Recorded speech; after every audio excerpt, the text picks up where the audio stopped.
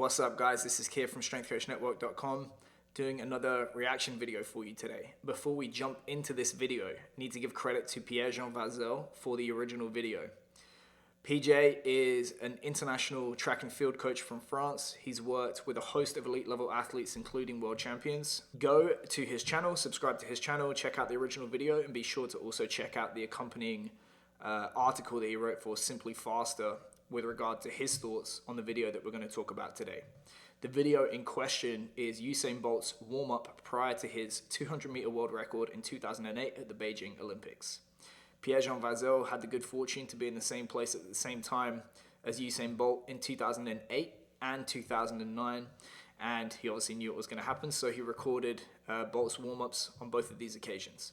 Today we're going to talk about the shorter one, which is Beijing, and if it gets good feedback and people like it, we can also do another video on the 10-minute video he uploaded on the Berlin warm-up. As ever, if you like this video, please give us a like, subscribe, share, comment. If you want to see another reaction that we haven't done yet, list it in the comments and we'll get it done.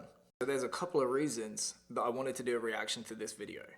One is that it's super rare to get an insight in general how elite athletes train and prepare for competition. It's even rarer to get that insight as to how they break a world record. This is the only example that I can think of world record preparation in track and field being documented on video.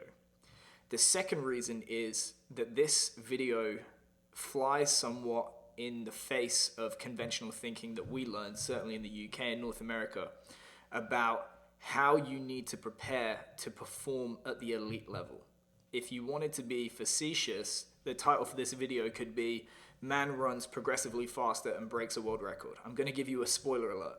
This video is basically just Usain Bolt running, walking back, and getting progressively faster and faster over the course of the video, and then he goes out and runs a 19:30 for 200 meters. However, I think it highlights the important thing that we need to bear in mind when it comes to warm-ups and preparation for elite performance. If we go back to first principles, what is the function of a warm-up? And of course the answer is to prepare you to perform optimally within a given activity. And if we follow that to its logical conclusion, normally you perform best at a given activity by practicing that given activity and getting progressively more intense with how you execute it in terms of forces and speeds. So if you want to run fast, run progressively faster, and that's what we see in the video. Now I should note that all that we see in this video might not be everything that there is. If you read the accompanying article, he's apparently a big fan of table stretching. And of course, it's possible there's going to be other stuff that he did prior to the commencement of this video, so like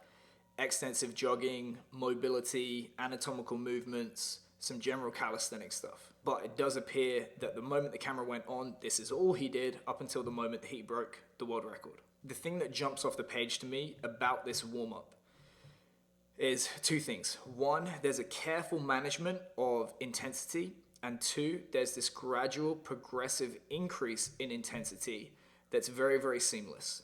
One of the most insightful things that James Smith ever said to me when I met him in 2012 was that a good warm-up is characterized by there being no clear end of the warm-up and beginning of the event. It should be so smooth and progressive that you can't see where the warm-up has ended and the session or the event has begun.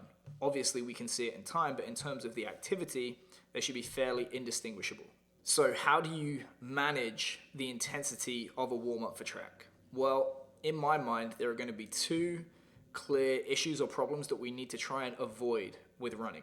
The first is going to be Achilles issues and muscle strains of the anterior chain. So mostly the quads, hip flexors, calves, and so on. What you tend to see is that these get aggravated by athletes really putting their foot down as hard as possible during axel, the first few initial steps. On the other end, once we get up to maximal or near maximal speeds, the obvious risk is going to be hamstring strains and other issues in terms of the posterior chain, and maybe the joints because of the level of force that's going through them and through the floor. And if you pay attention to what he's doing in this warm-up, he is watering down both aspects of this in his warm-up. In terms of the former, he's beginning with what Altists would call drop-ins. So actually these are rolling starts, and it's not until he starts to get a few steps in that he starts to put force through the floor and really put his foot down. This gets progressively earlier into the drop-in until eventually he transitions to 3-point starts. And again, the same is true. He starts out easy, and then it's only the final reps where he really puts his foot down for the first couple of steps. With regard to management of hamstring risk, he does this a few different ways. One is by limiting the distance. We know that there's a set speed that people can achieve for 5 meters, 10 meters, 50 meters, and so on. And if you manage the distance, you manage this risk. So you can see the distances get progressively longer as he gets warmed up and as he wants to expose himself to that upper end of velocity. He's also making a conscious effort to control that speed of movement. You can just see, looking, he starts out easy and he starts to put his foot down and get progressively faster, rep by rep by rep. Probably doesn't come anywhere near hitting top speed for him, but you can see he's moving by the end. It reinforces to you that there's field sport athlete fast and there's track and field fast. He's probably already hitting 10, 11 meters per second in his warm-ups, and most field sport athletes will never hit this in their career.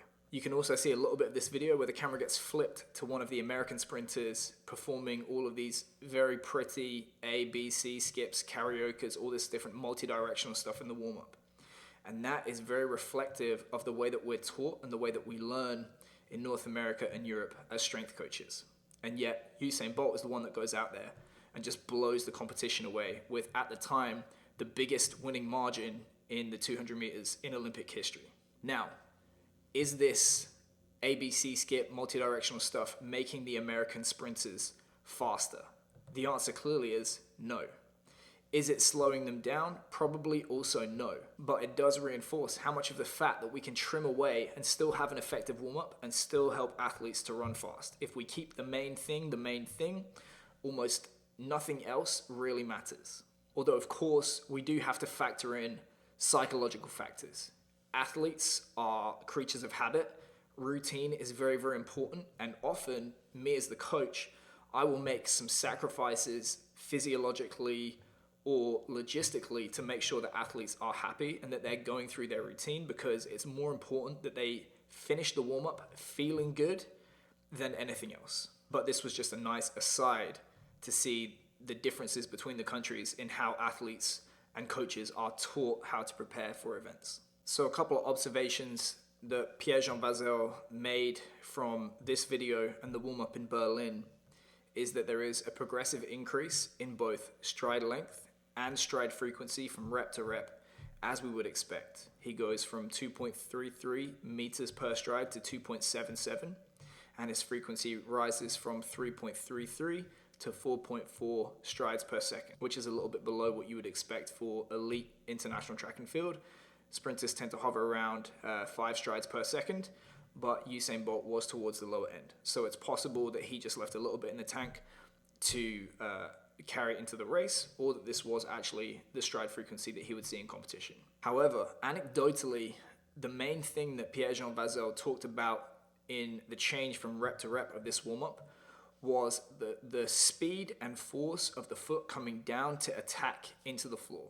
And this, of course, is a confirmation of what we know from the research of Ken Clark and Peter Wayne. Elite sprinters have this unique double peak in terms of their vertical force production during ground contact time. We know at top speed, you have roughly 80 to 100 milliseconds to impart force into the ground so that the ground pushes back and propels us down the track. But the fastest runners distinguish themselves in the first half of this ground contact time. So really, it's 40 to 50 milliseconds that makes the difference, that means the difference between elite and sub-elite.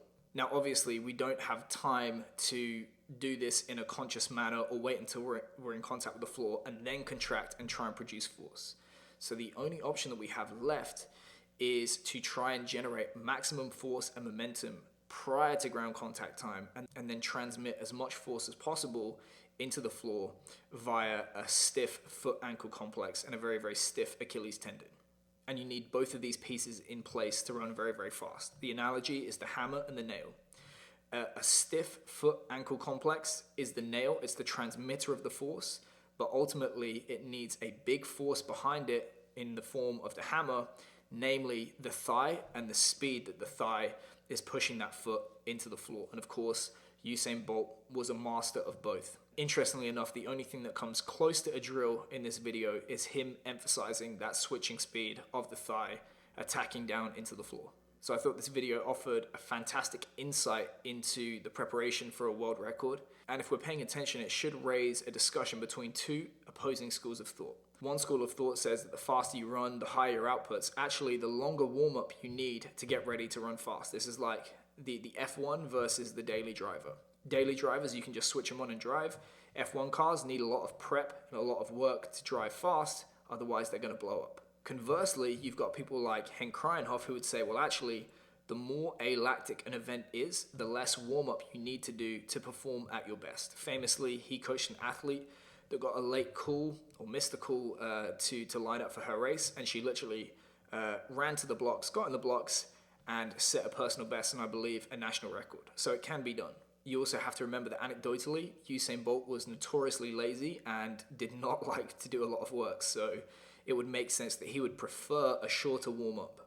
And you, of course, have to factor in that he's in a major competition here. He's run multiple heats, multiple events. It may be that he's tired and he's just trying to conserve his energy for the race. For other athletes, it may be the case that they need a longer warm-up to prepare psychologically as well as physically, or just to feel like they're mitigating injury risk before a big event. So yeah, a short one today. I hope you enjoyed this video. If you did, like, subscribe, share, comment, give us some suggestions for future installments of this series, and I'll see you next time. Thanks. Congratulations on making it to the end of the video. Why don't you celebrate by watching more just like it? You can also help us on our quest to placate the algorithm gods by liking, sharing, subscribing, and commenting. Thanks.